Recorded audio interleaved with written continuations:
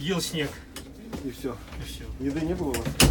Ну, у меня было немного, но когда опрокинулся борт, Ага. быстро же все выкидывал, куда-то закинул в снег, и Ага. потом просто уже не нашел. Какие у вертолета повреждения? Ну, завалило на бок Угу. при авторотации. Ну, там склон где-то градусов 70. Угу. Завалило на бок, Ага. и повреждения лобовые выбило, Ага. и замяло правую, Ну, переднюю. восстановлению подлежит? Не, на выброс, только запчасти снять. Невозможно, да? Ну это уже. Да, ну и Понятно. повредило от завала немного противопожарную стенку, а это Ага. все уже. Понятно. Ну вы маме звонили? Мама ваша очень сильно беспокоилась.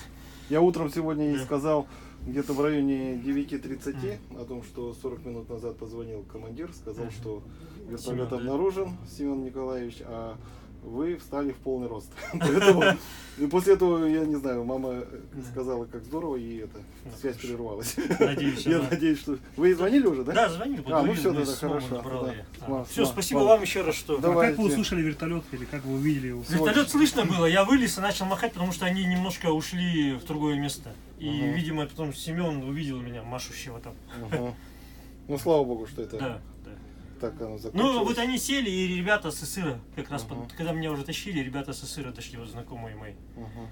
Поэтому... Ну вообще, вот во что вы попали? Вы попали в какие условия? Обледенение все-таки? Нет, 2400 вот эта высота, Ага. ну, это такое гиблое место, все Ага, знают его. ага. Я ее обходил по ущелью, Ага. и в этот момент пришел заряд. Снежный конкретно. заряд, Да.